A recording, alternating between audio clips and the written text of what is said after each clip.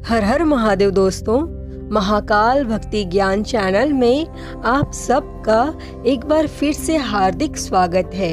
महादेव की कृपा आप सभी पर सदा सर्वदा बनी रहे।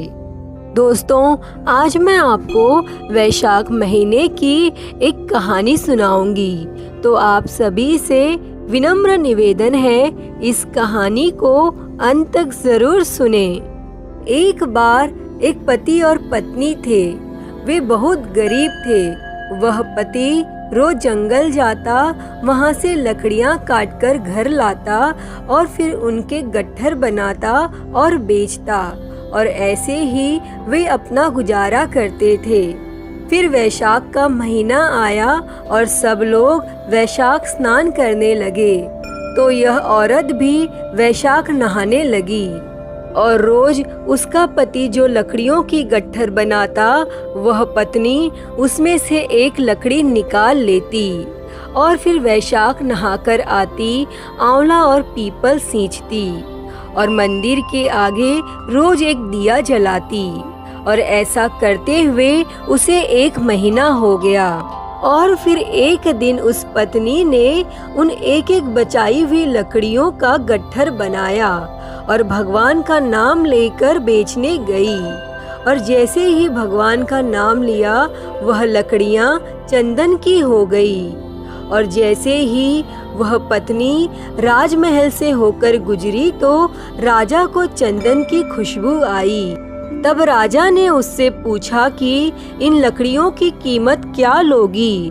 तो वह बोली, जितना आप चाहे दें, पर मुझे 5 ब्राह्मणों को खाना खिलाना है और उनको खिला पाऊं इतना सामान चाहिए। और फिर तब राजा ने अपने नौकरों के साथ 5 ब्राह्मणों को खिलाने जितना सामान उसके घर भेज दिया। और फिर उस पत्नी ने दाल बाटी और चूरमा बनाकर ब्राह्मणों को खिलाया और उन्हें दक्षिणा दी, और उसने ब्राह्मणों का आशीर्वाद लिया। फिर उस दिन पति का गट्ठर बिका नहीं, तो उसे आने में देर हो गई। और इधर ब्राह्मणों और भगवान के आशीर्वाद से उनकी झोपड़ी महल में बदल गई और रसोई में 36 पकवान तैयार हो गए।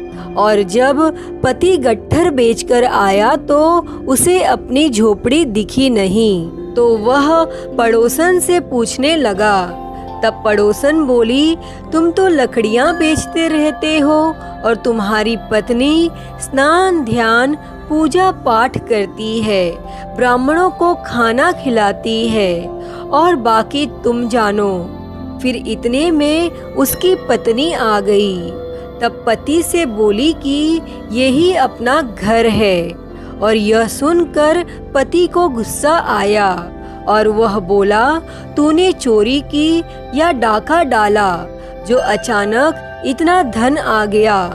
तब वह बोली, मैंने वैशाख स्नान किया, बड़ पीपल सींचा, उसका फल भगवान ने मुझे दिया है, और ब्राह्मणों को खाना खिलाने के लिए रोज आपकी लकड़ियों के गट्ठर में से एक लकड़ी निकालती थी, और वो लकड़ियां भगवान की कृपा से चंदन की हो गईं।